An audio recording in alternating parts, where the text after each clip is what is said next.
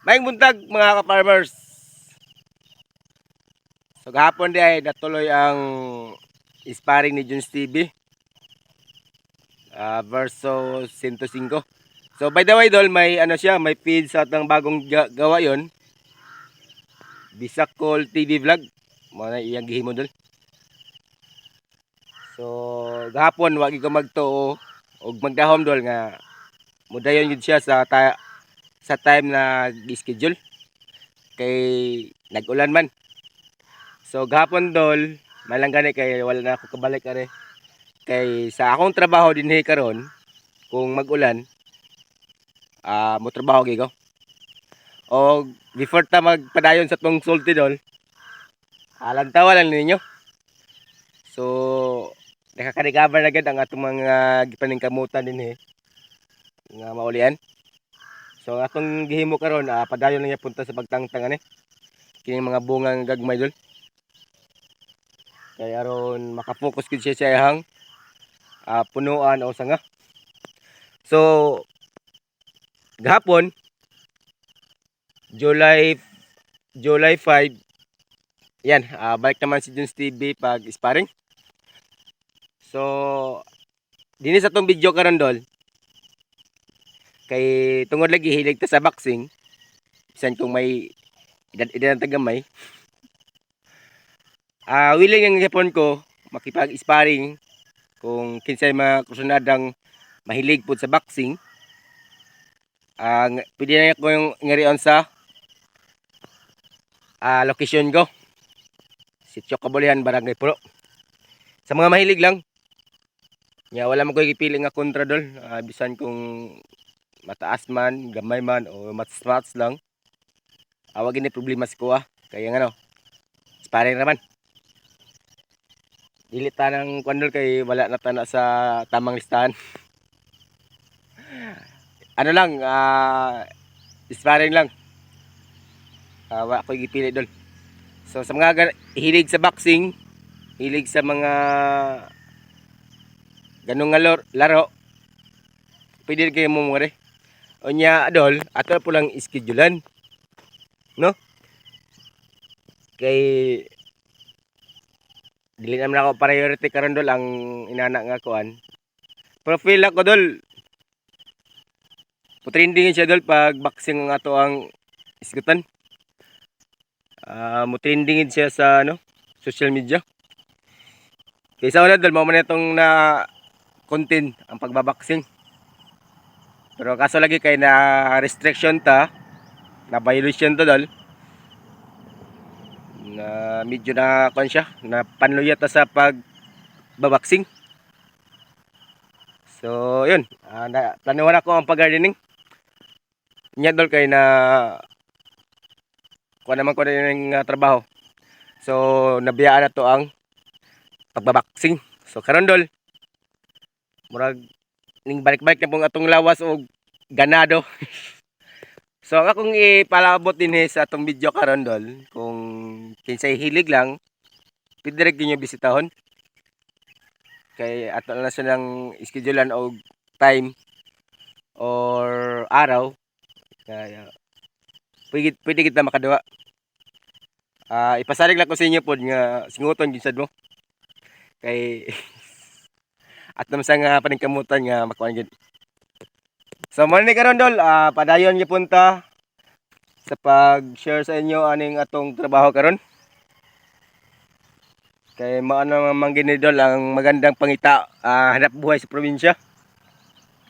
Bisan kung mahal ang abono, ato gipuning ipadayon sa inyo ang pagtudlo ug sama ni. Ya kini akong gihimo karon dol, usa ni sa mga pamaagi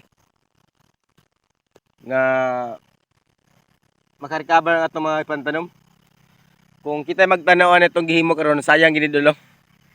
Kay bunga man unta gini, pero sa pagkakaron dol, ang akong estimated ani siya mga usa ka buwan na tong kuha ning gagmay nga bunga. Siguro kung makita na to dol nga medyo okay na gid siya, makadala na siya og bunga nga normal, saka na to siya ipagpadayon ang iyang bunga. Pero sa karon, inani ra gyud itong gihimo. Every morning na si Junes TV din sa pag-share sa inyo, o kita nyo na lo. Itong nagbugkal pataan kung nakita nyo sa ato ang video dol, mura og walang wala gini, pero karon dol nakita nyo na. Tapos ang atong gitanam din sa may mga sita na ta din So nagpaabot ko sa kuandol kay ato na siyang abonuhan aron masunod siya gid. So sa pag-aabono, ang pinaka-importante pud sa karon ang pag-aabono. So kung nakita nato dol nga sa atong mga tanom nga pwede nang abonuhan nyo na. Pero para sa kuha kini inaning stage dol kung magtanom ta og batong, talong o kalabasa, kung kaya na to maabonuhan sa sugad sa pagturok dol, sa pagpanggitib sa atong mga gipantanom, kung natay abono dol nga ika-supply dayon, mas maigi dol nga maabonuhan siya og tubig. Mga kon siguro so usa ka balde gidol, usa ka lata nga abono nya naka-mix na siya dol kung unsa iyong i-mix. Pero para sa ko kung mag-mix ko og abono, kung complete siya akon siya, usa ka kilong triple 14, kalahating kilong urea o kalahating kilong 1620. Pero kung mogamit ta daw og 1620 at saka lang triple 14, asim pa rin isang kilong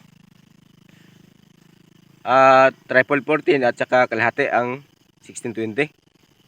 Kaya mao naman akong gamiton sa aron dol kay mahal man ang urea. So kung mag-dilig po tayo dol matag punuan, kung na-mix na nato ang abono, katumbas lang po sa usa ka lata. Kabuhay-buhay na siya sa ugat dol. Muna itong buhaton, normal nga kuan. Nya after mo nag-abono og tubig, ato gini siyang i-focus. Naa siya time pod nga atong iabono pag sunod. So mudaga na po na siya og 14 days before ta mag-abono, sikan abono. After 14 days naman ulit, mag-abono naman ta. So abot na yan mga siguro sa taas dol. Hantod nga magdala na siya og bunga. So pwede na to na siya spray na lang dol. Mo rin na pinaka basic na ginatrabaho ni Just TV din So kining ani unta dol ko na koy abono unta, lami na gini siya abonuhan. Oh, ngadto na siya pa daw no. Kung kalayan na siya, basig makakuha niya mga 60 kilos. Ya, mahal-mahal pa man unta gidro na lang ang utanon kay makaabot pa man siya mga 50 per kilo. So kung makaabot lang unta siya mga 60 dol, okay ra kayo, goods kayo. Maka paldo naman ta ni. Ya kinatong area din kining gamay nga area dol. Ang estimate na ko kanang mga 50 kilos nga talong pod kining nga area lang. Kaya abot mo na siya og 108 ka punuan. Muna siya equivalent. So base lang po na sa akong kuandol. Kaya dito sa akong manukan,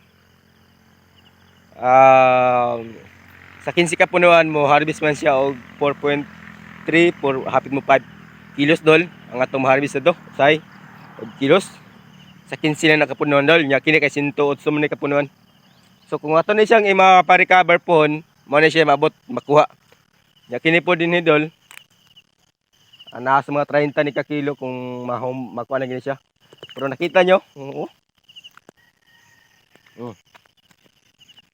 okay na no. Ning green na ang dahon. So karang mga 1 month na po di siya dol, pero tagas-tagas na po na siya kaya ang dahon ning kuha naman. Kumbaga ning lihok na po sugod dol. So inani rin na siya magtanom. Pero muna sa akong gikaingon, di porket nga nagtanom ta natay anihon. Napoy failure dol nga tong mahimo. Kay kung dili nato mati magtarong, wa man siya pulos. Kung dili nato masunod sa proseso, sayang ang atong kahago. So magtrabaho man ta atong ibutang sa tamang proseso. Tapos sa intro, Pero okay, good sig kayo kung makakuha na. So mo ni siya ron no. So katong area dito banda dol nag-prepare ko og seedling. So nito na area sa daping sa kalsada. So dati nakatanom tag 300 kapin ka punuan. Mo harvest og 100 o 90 kilos ang atong harvest ato sa una. Dito lang. Wala labot ini. So inani ra no. Nya ang katong dito sa tumoy akong plano dol tanuman na pud ako to. Kay sa una istambayan ko na to kay ano aron makapa-recover sa sagbot. Sa iyang yuta dol. Makaka-recover siya. So kini dinhi pod mamawi man tagtanom ni no. Ato lang gini siyang pukusan. Kaya ra man ni siya sa usa ka adlaw dol ko na ako na lang koy 2 ka oras nga trabaho. 100% gid dol. Makumpleto gid ang atong adlaw. Mara man akong trabaho dol. Kanang 2 ka oras gid dol kung ug tag-init lang. Katumbas na gid na siya sa usa na adlaw nga trabaho. Unya kung magulan-ulan dol maghapon mo trabaho ko na gid dol. Sa maghapon unta. Mungari na lang tag ko sa uma. Kaya ngayon nag-uwan bisag Domingo siya. Pero tungod lagi nag-ulan, mas maayo magtrabaho mag-ulan dol kay ngano. Di man kay takapuyon. Mura man tag dilihan na guan. So kini din estimated gina Jones TV ni mga 50 kilos pod nga ano, sitaw. Nya wala sa sanin ako ni makuan dol kay ako pa man gini siyang bugalon ang yuta ni before ako lagyan og PC tsaka nato tamnan og batong. Nya sa kuan po dol. Shout out sa mga malunggay panisal. Kina kong ipantanom din nga kamunggay dol, dagan-dagan na po ni siya. Nya adto na po imong ngani sa tuwa, ilang pakyaw og kuha kay kapuyan mo kuha dol. No. No. Kapuyan kuha so akong gimuonan ni magtanom og malunggay sama ng kanto na no. Tanuman ko na rin po doon. Wala ngiti problema no kay ano magtanom ra mo ita.